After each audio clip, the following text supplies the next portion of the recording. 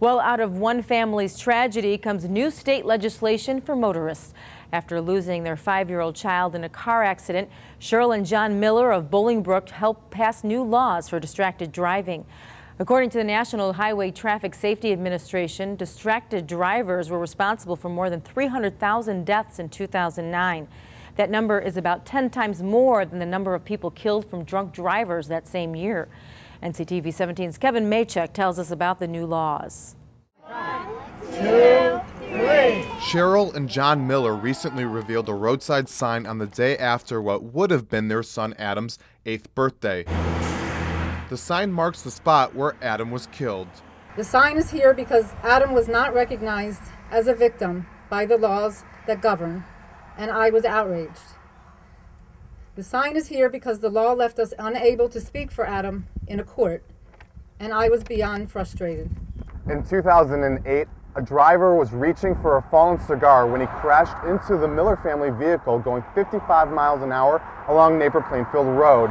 The accident killed the 5-year-old boy, and the driver walked away with nothing more than a minor traffic ticket. I am just a suburban mom who loves her children. I have never been political. I found myself believing that not only I could, but I should. I could and I should fight for driver accountability. We passed a law for that.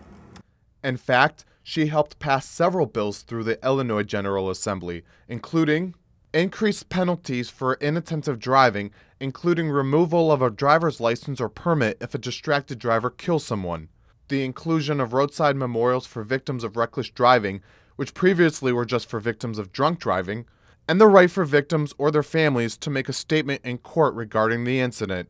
DuPage County Board Chairman Dan CRONIN helped the Miller family in spreading awareness of distracted driving. Sometimes I think we forget that we're operating a vehicle that could be considered a loaded weapon, hurling down the road at high speeds. And that's something many motorists in town admit to forgetting at times when hitting the road. There's so much more now to begin with physically on the road, right? And then there's, of course, a lot more in the minds of people.